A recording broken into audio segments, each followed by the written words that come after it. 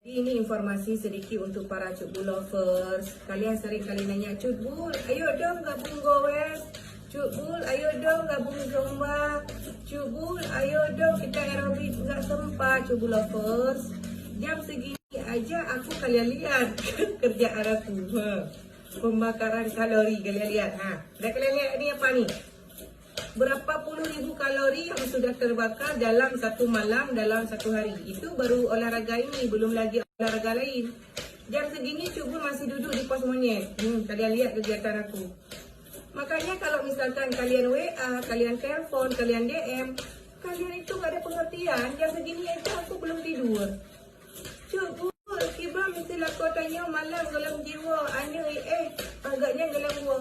Kau lihat aku jam segini anak belum tidur lah, kau tidak pulang. Kayak mana ceritanya? Makanya kalian itu jangan asyik mengeluh. Habis itu kalian pengertian sikit.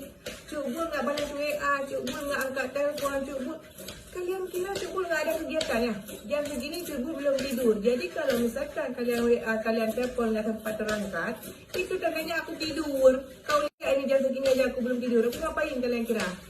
Hai jaga pos monyet, kiri kanan. Coba kalian pikir, kenapa aku nggak sempat olahraga? Berapa puluh ribu kalori yang terbakar dalam tubuh aku dalam satu hari? Kayak mana dibuat?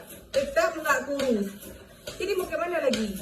Jadi bagi kalian yang sering komplain, Cuk Bull, kayak mana kalau misalkan kita punya mata panda?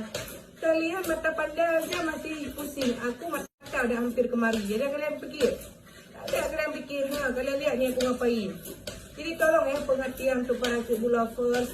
Kasih hadilah aku ini, aku bukan robot, aku